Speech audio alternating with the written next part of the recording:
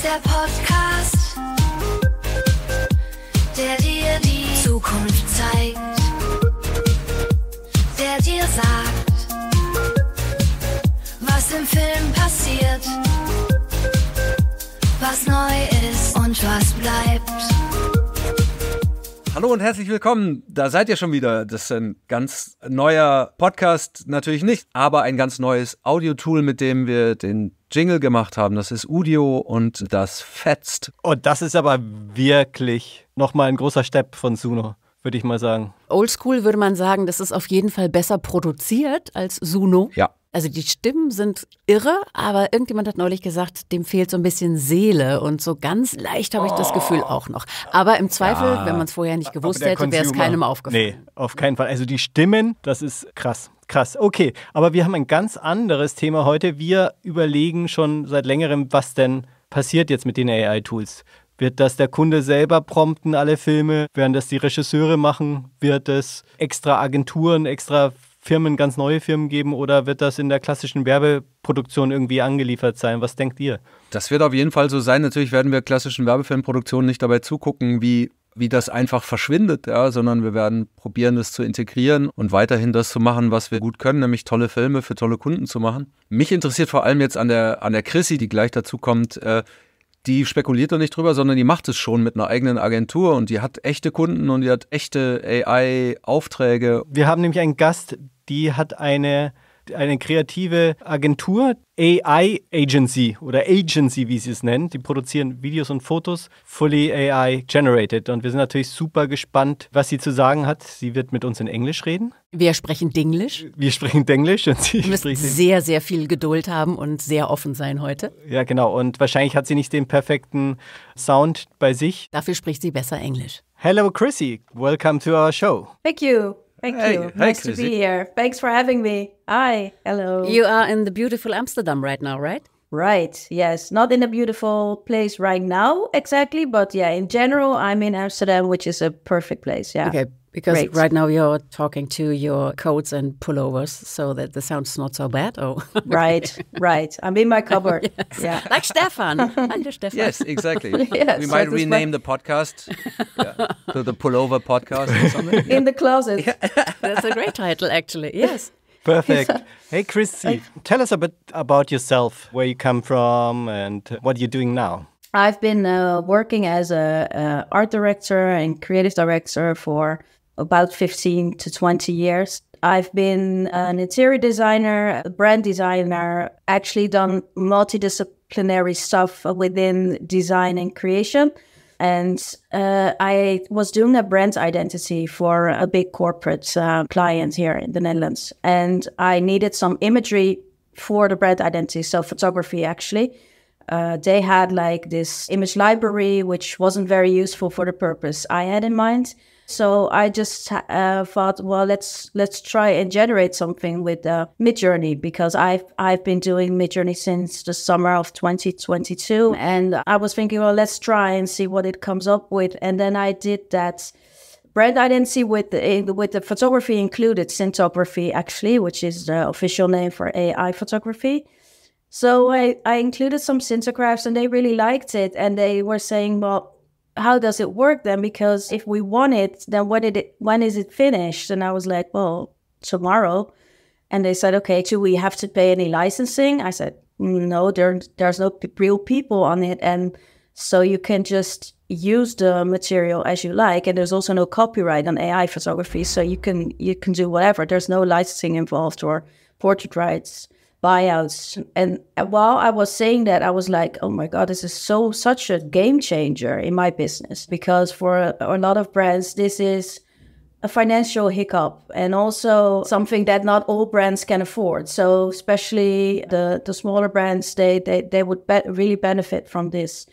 So that's when I spoke to my business partner, Karina, and she was like, I think we have to start a business around this. And that's when we started Agency Amsterdam, which is a synthography agency specialized in AI content production. So we're doing synthography, which is static imagery, but also AI video and sonic solutions, AI sonic solutions, so audio creation. So many questions. So many questions. Yeah. Me first. Yeah, we heard you writing down all your questions. Yes, we heard it. Did you? Quick. That's so interesting. All these questions about what you are allowed to do with the stuff that synthography or AI comes up with is a huge question. There are all those workflow discussions. Does it fit in the workflow we have with clients wanting something else, wanting it again, wanting it to be blue instead of red, blah, blah, blah. But then there are these legal questions, and you checked some boxes there already because you said there are no licenses and no rights attached to the pictures that you came up with. The other part of that equation is that there is no exclusivity and there are no rights that the client can buy and own. And it's not shielding you from legal questions and stuff. Was the client fine with that? Is that something they were aware of and that they were happy to go with? Yeah, that's definitely a hiccup. It's true that after an image is generated, it's not protected, right? It's not copyright protected. Right. So anyone, especially the larger brands, do have issues with that. The thing is that there are some ways you can go about that. There's when you use it for offline use, then obviously there's not really a problem because people cannot steal it then. But when it's for online, there's several things you can do to protect the client in that sense. So you can either embed their visual identity. So either you use specific colors that match with their visual identity. We always advise to put logo items on it, like the fonts they use or the visual assets they have within their brand identity. We always say, well, if you really want to protect it, then you put that over your image and then it's protected as being part of your brand identity. Right. On the other hand, I think brands are starting to realize that nothing is really very protectable when it comes to online content.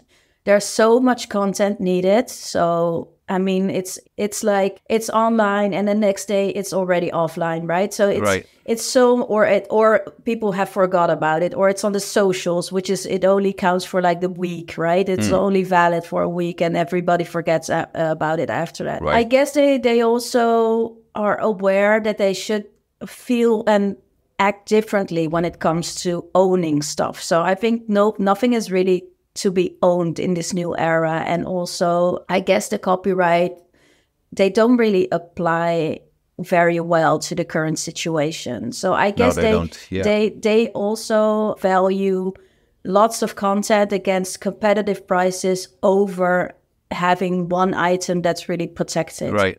The thing is also that we make it super bespoke. So the thing that we make it completely tailor-made to the client's needs. So the chances of that being also tailor-made to somebody else's needs are already slim. Yeah, that's true. Yeah. So and your competition is, if you put a lot of visual content out there, you need to have stock footage, which is a cheap stock footage, and then you cannot buy exclusivity as well. So somebody, your competitor, could use the same image. So that's not a difference.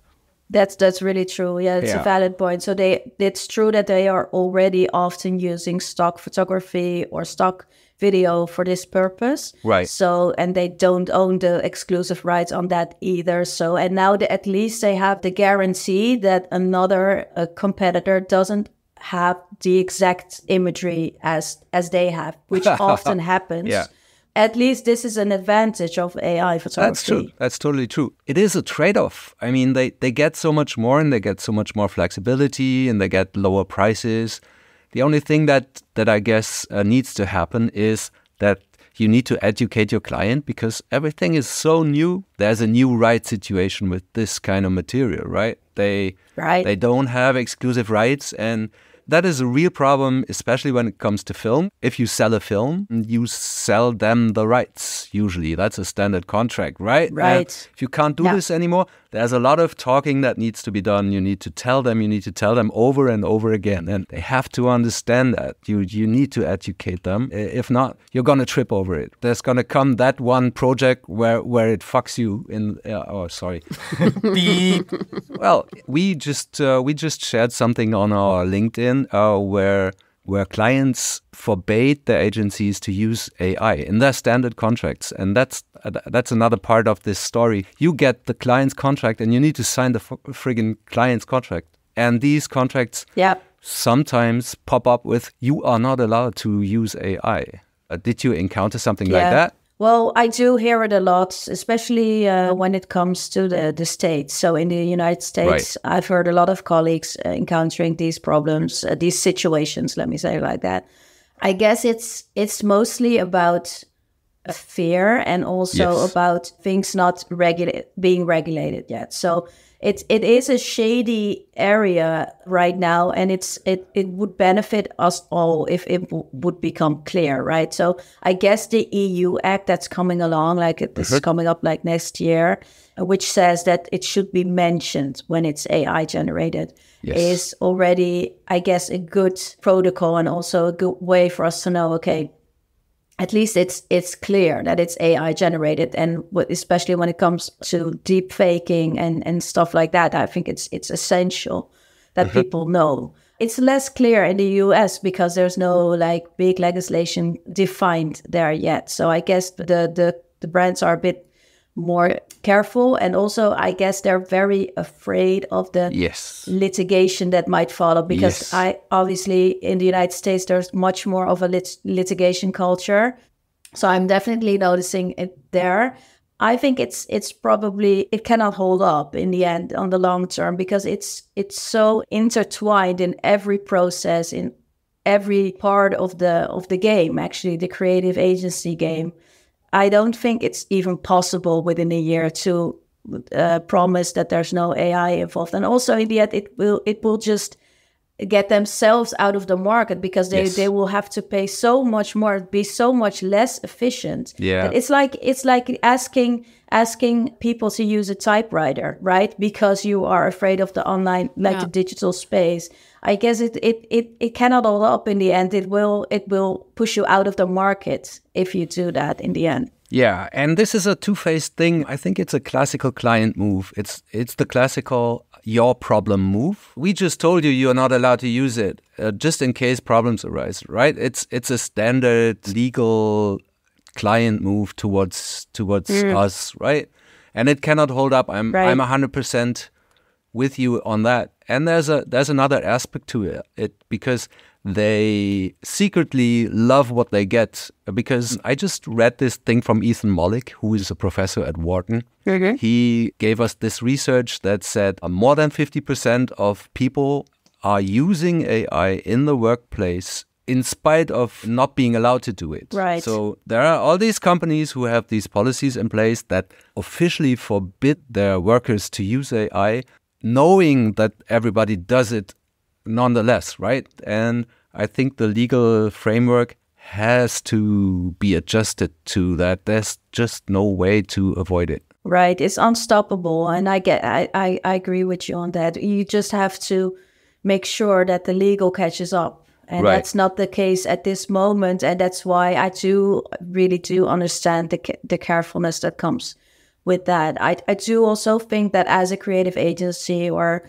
as a service provider towards your client, you are obliged to make it as safe as you can for that client. So this is why, for instance, we always generate everything in stealth mode or on local install. So we make sure that our content is never exposed to other people, like exterior people.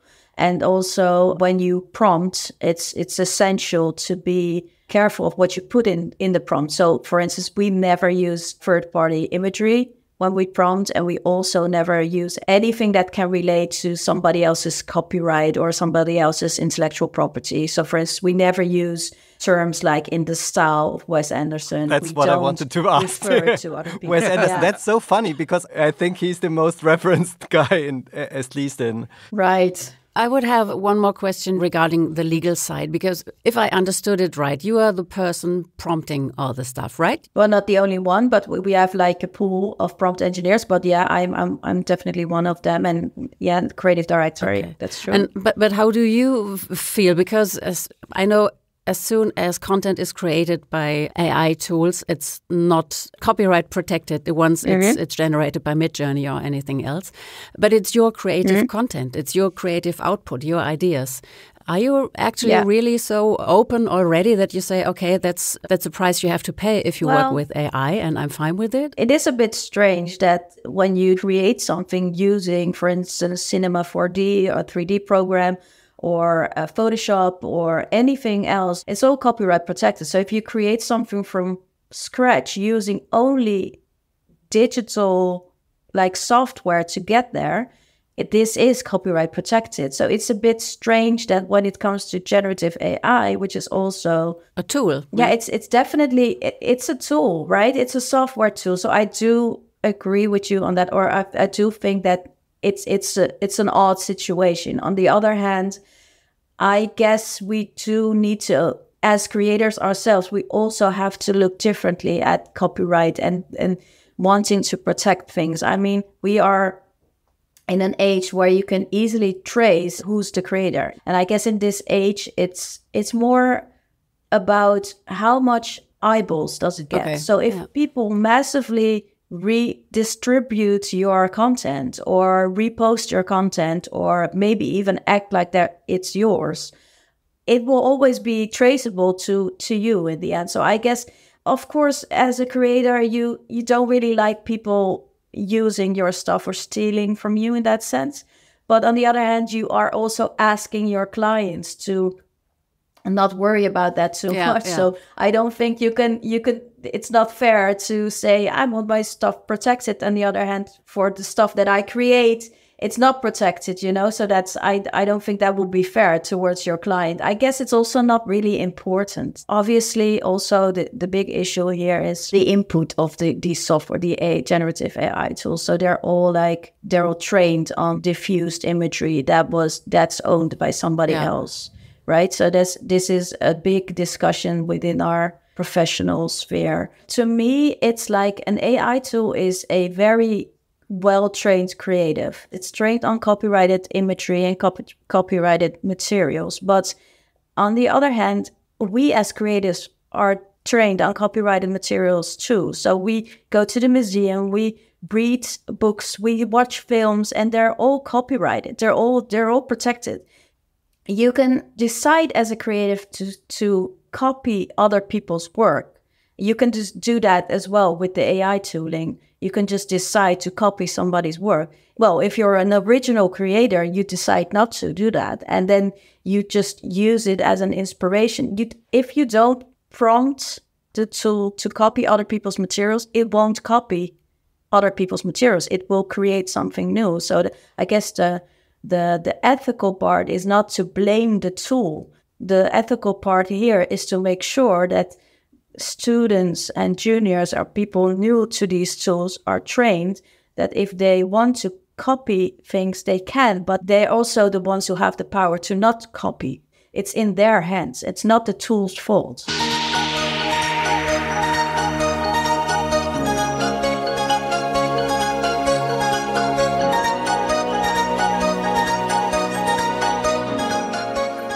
The way you said it right now, I never looked at it like this, but especially the music video industry, there's a lot of copying from big Hollywood movies all the time. It's just not so obvious, maybe, or you call it not copy, but you call it inspirational or something.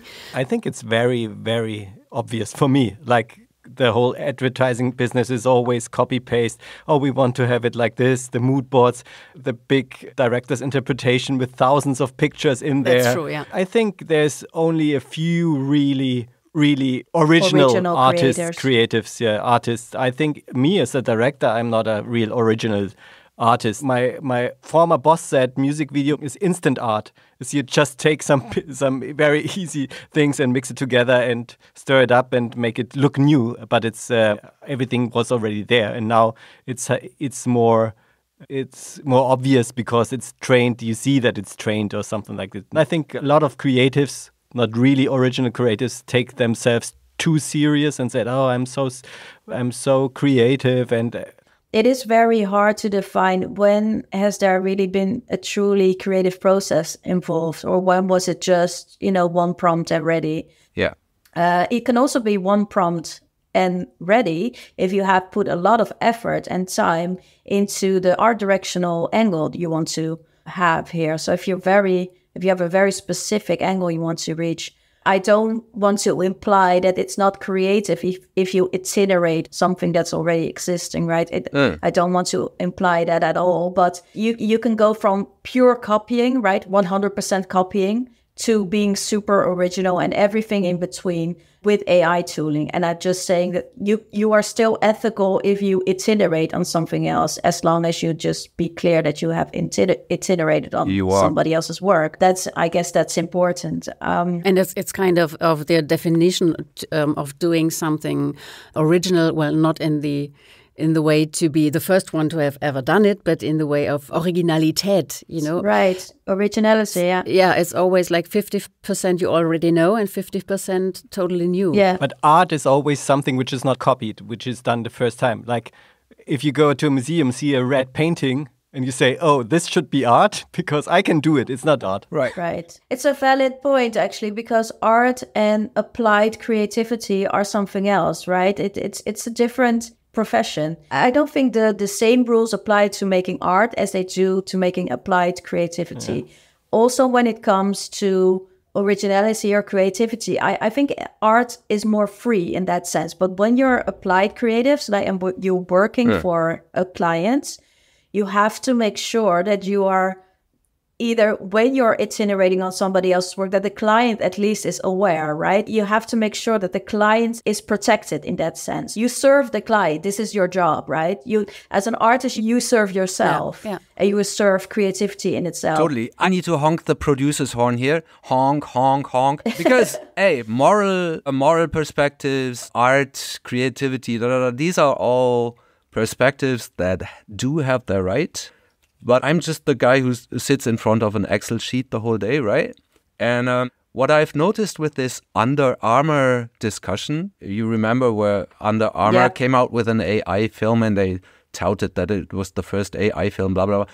And the community of artists, of visual artists, got really mad and gone crazy. I stopped reading the comments after like the first 10 ones also, because I could have written 90% of them myself. If you get stuck in these discussions about what is original, what is creative, you lose sight of the big money problem, and that is tied to intellectual property and rights discussions, right?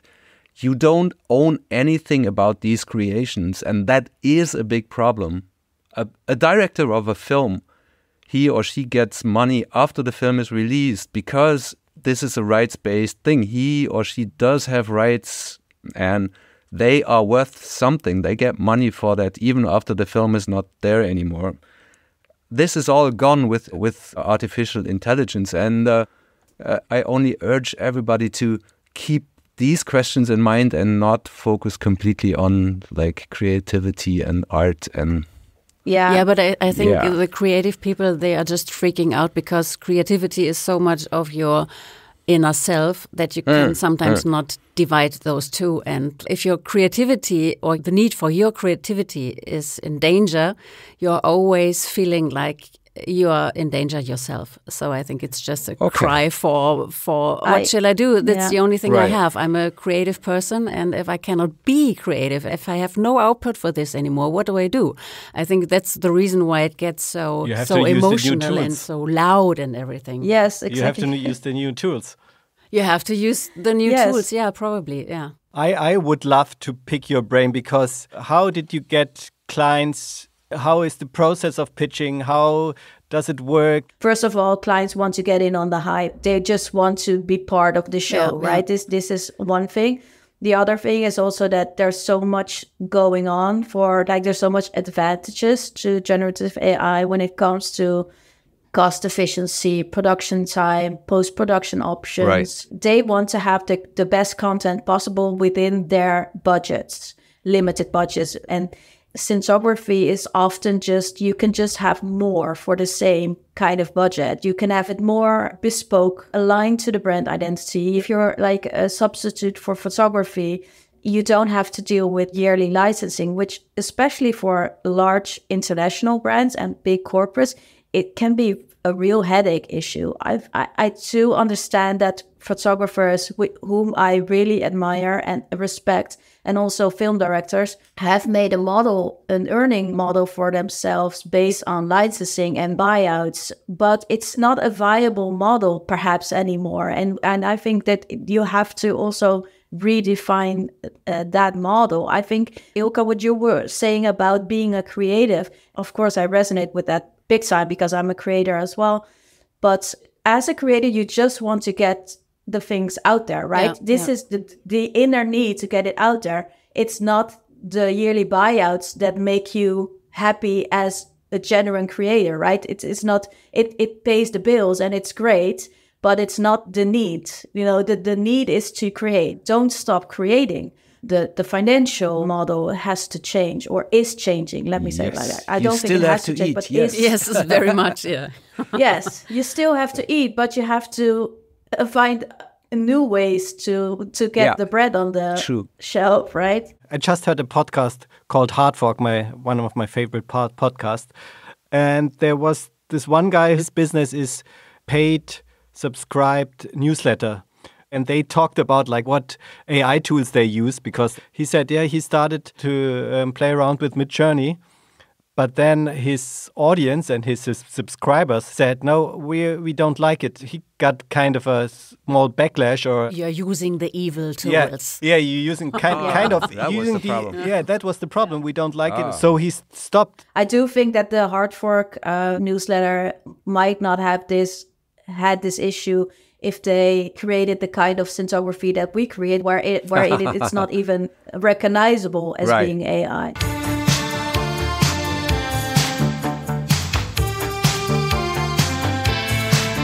I wanted to ask you about the profession you're talking about, the prompt engineering. Do you think that's something that's going to be studied? Well, that's a good question. I do really think that it's going to be a new specialty. So I do think that it's another tool on the toolbox when it comes to production tools. You will still have photography, you will still have videography, film, 3D, animation, motion. All those tooling will still exist.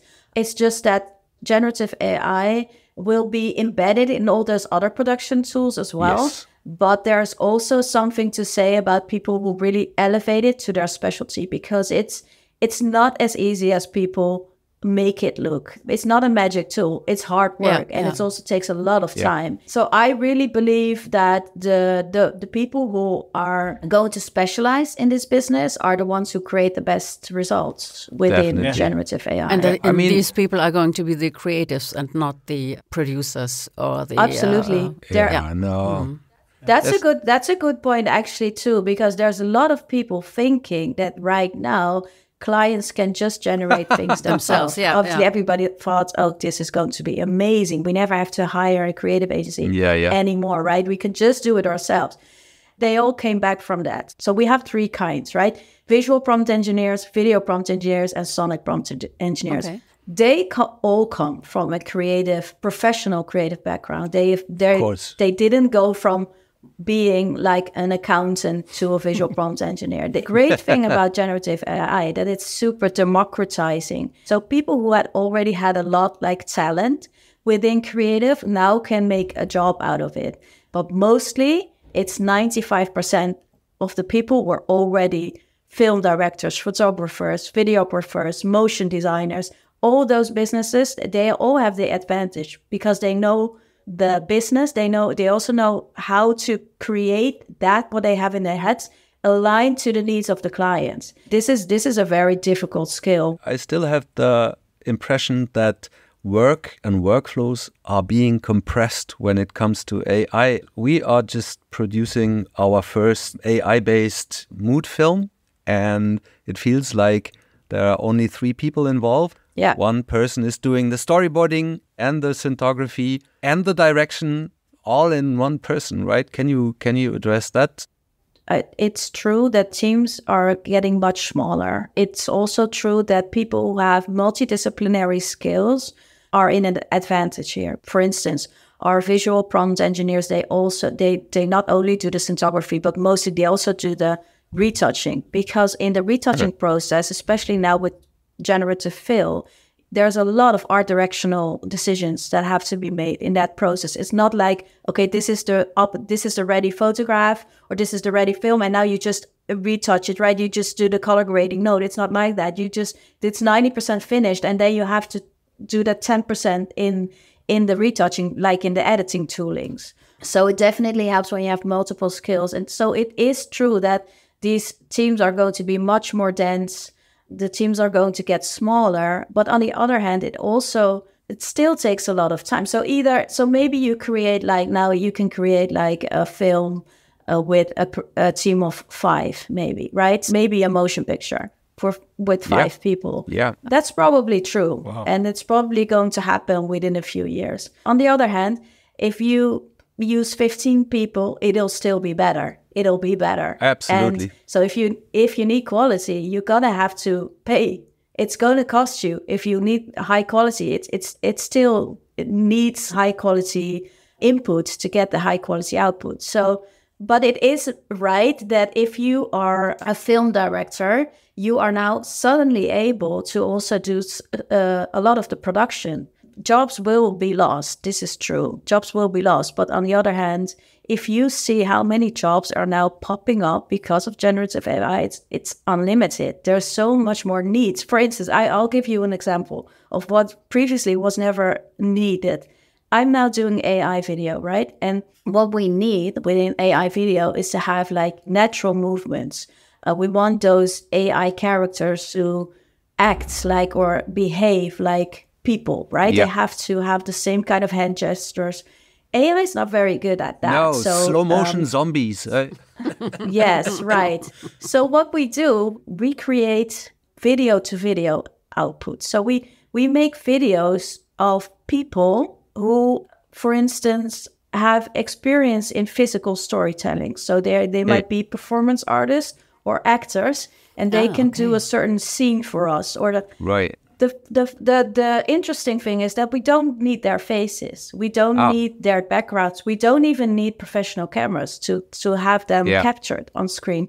We just need their movements. Actually, we're looking for people. So if anybody's listening, so we're now hiring acting groups and performance artists for this purpose only, which is a new model, right? It's an extra income for them. It's like motion capturing, yeah. Poor man's motion capture. It's motion capture, and we're definitely ready, willing to pay for that, because for us it's really important. It's a new business, right? It's a new trade. This is all good and fair. It's no consolation for a film production company that is seeing their core business fade away. But as a production, you can change. But if you are a gaffer, a gripper, what can you do? Exactly. Yeah, you can't. Yeah, So this is even less a consolation for these people. So that's definitely true, and that's a valid concern, and it's really really true. But if you see it from the bigger picture, from the historical point of view, technological breakthroughs or disruptions within industries have always resulted in less unemployment. So there's more employment at the end. In the end, when you break it down to the number of people who had worked before that and after that. So in the end, I do think that the gaffers and the runners and people on the other that really specialize in something, a physical thing within filmmaking, might have to retrain themselves within new tooling. But in the global picture, it's probably not going to result in massive unemployment. I'm not sure. I might challenge that, because yes, the tools we came up, the disruption was always a spike in productivity, and the productivity was for good, so you can get a better car for less money. But I think the time span you can spend watching television, hearing something, seeing an ad or something is limited for all the people. So I'm not sure if there is enough audience for the content which can be created with more people than they are employed now. Yeah, you might be right. I think that the future will probably tell. Yes. It's true. it can go either way. But yes, I'm just saying that in general, the trend has never been like that. But maybe this is different. You never know. You never know. Yeah, right. Let me give you an example that everybody knows. The balloon head film that these people called Shy Kids, I think in Canada, did. Yeah. They did it with Sora. They had early access to Sora. And the film is amazing. I can tell you the price tag I would slap on it if I produced it in the classical way. It'll be like something like 500,000 euros.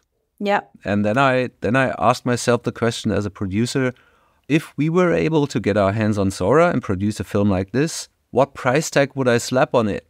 Even with a maximum approach, would I want to have a storyboarder on it? Yes, of course. Would I want to have a director on it? Yes, of course. Would I want classical post-production to be done after it? Yes, of course.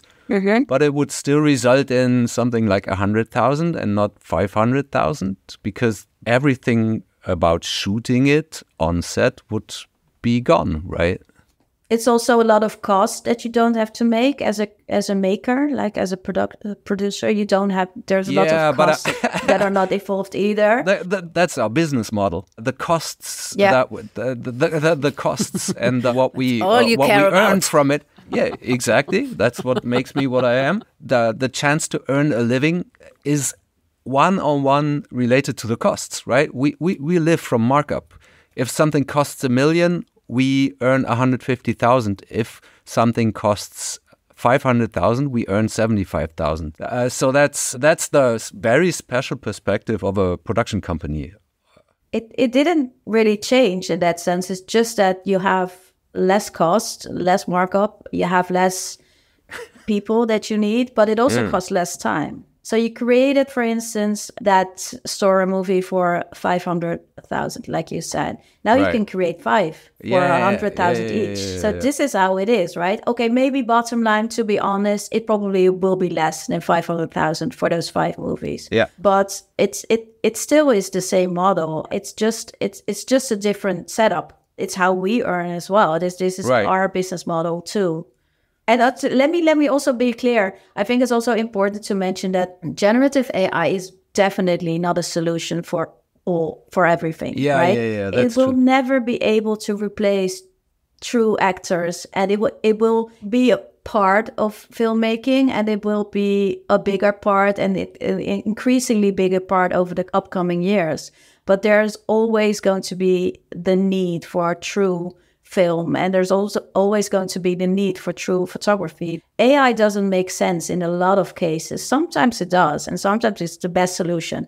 But more often than not, it doesn't make any sense. It is also what we're telling our clients. If you want this concept in this form, Shoot it. Yeah. Shoot it. Yeah. Right? This is what we say as well. That's true. Yeah.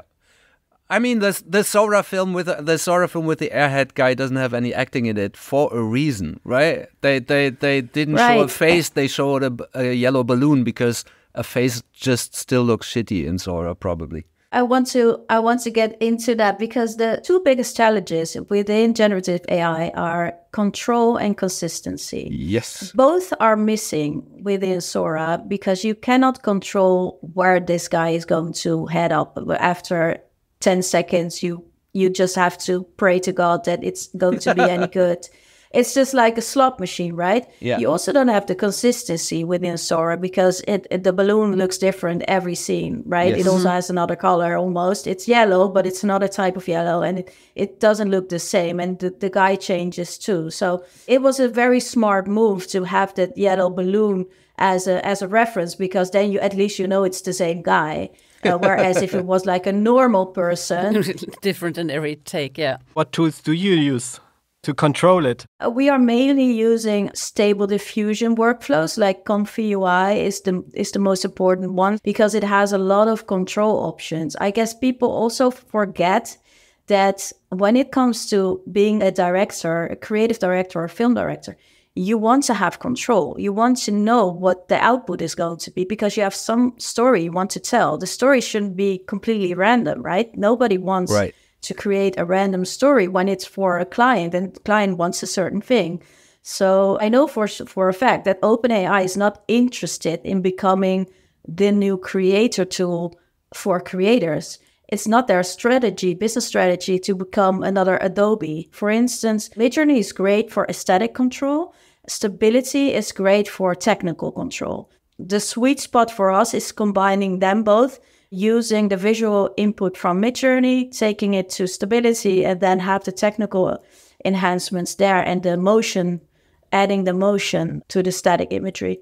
This is how we work within AI. That's how we do it. And realize that all the stuff that is going out there, which says this is made with Zora, is with Zora and not by Zora on its own. Right. I'm quite happy that they released a little bit, a teensy tiny behind the scenes where you can see that they had to tweak and twitch with a lot of other systems and people afterwards still. And it's not, It definitely takes true creative skills to get a true creative output, like a professional output. It really does take true creative skills. This is what my advice would be to your community. Just get into it. Just try and work with it. Try not to resist it too much, because it's going to be such a big part of creation in the future. So put your toe in the water and see how you can do it, because it's going to take some time before you really have full control over the tools that you want to master. I would advise everybody who says, Midjourney all looks the same, to look at your portfolio. There you see it's not all looking the same. It's all looking the same if you do poor prompting, but if you know what you're doing, then you get different results, and really results which look not Midjourney but original. And well, thank you, first of all. I feel that I have succeeded when nobody is mentioning that it even looks like AI. They don't know that it's created by AI, and it doesn't look like AI, and especially doesn't look like Midjourney. Yeah, that's a great benchmark. Yeah, cool. In film production, there will be a lot of hybrid things. But you said, okay, we are focusing on purely AI and not doing something hybrid. Why is that? Or? That is because, first of all, I don't really know the crafts of filmmaking. So I truly think that this is a specialty. I mean, you're all specialized in that craft, which I don't master. On the other hand, I think it's also good to define ourselves as a 100% AI content creator, because it's what makes us stand out, because it's the hardest to do it 100% AI. If you're able to master that, I think you have a sweet spot within the production landscape. And I think the hybrid productions are much better off traditional photography agencies or traditional filmmaking agencies, because they know their craft much better than I do. So I guess that's why also. One more thing is, like, you come from a sustainable business, and is AI, everybody says, AI is so much energy, but at the end, perhaps it's more sustainable to do it in AI than to fly somewhere, shoot there, build something, and just for the... I think the sustainability issue is super interesting. So that's definitely why I went into generative AI. When I started my career, I was a set designer and an art direction for a magazine. So I made interior sets, and after the set, we all had to throw 80% of the set away because nobody had any use for it. Some of the walls could be reused, but all the props couldn't be reused, and it was actually quite polluting, and it wasn't very sustainable at all. That is definitely a benefit of generative AI. On the other hand, when everybody in the globe is going to produce 100 images per month because it's so much fun and they like it, that's not very sustainable, because when you make one image, it's the same amount of energy that it takes to fully load one iPhone. Yeah. So people have to be aware of that and just make sure that they're not just creating because of the creation. They're creating because there's some sense to it, right? This is the negative side, but for our business, where we are sort of replacing photography and videography, film, it's definitely the more sustainable choice. The biggest issue of generative AI, in my vision, is that it's not very accurate, right? Most people do not do their due diligence when they put something out there. So when they create something, for instance, I have a daughter she's wheelchair bound. I see a lot of wheelchairs generated, they're not accurate, right? These are not accurate wheelchairs. Or people with Down syndrome, for instance, they are not represented in the right way. So the problem is that these models are going to train on these inaccurate imagery or inaccurate videos. And in the end, this will create more inaccuracy in the end. So I think it's a good thing for people to notice that if they put something out there, they make sure that it does look like it is supposed to look. Because if you don't do that, there's going to be this flood of inaccurate information, and these tools will be less accurate and less accurate over time. Because everything you produce is going to be used as training material right away. Right. Yeah. Yes, it's going to be fed back to the model and to the training system. That's what we love about the show, that we hear new perspectives we haven't heard and didn't think about. And very honest and eye-opening, Exactly. I'm not very good at keeping my... We love it. But I really love being here. Thanks for all the great questions. And I thank you for having me. And I'd be happy to talk more within a year and see how it all has evolved. Absolutely. Deal, yes. Let's do that. Thanks, Chrissie. Thank you. Bye, Chrissie. Hey, hör zu, das war der Podcast, der dir die Zukunft zeigt, was im Film passiert, was neu ist und was bleibt. Du hast diesmal gar nicht deine doofe Producer-Frage gestellt. Ja, genau. Stupid Producer's Question. Das Producers Horn hast du. Ja, das Producers Horn habe ich gehonkt. Honk, honk, honk.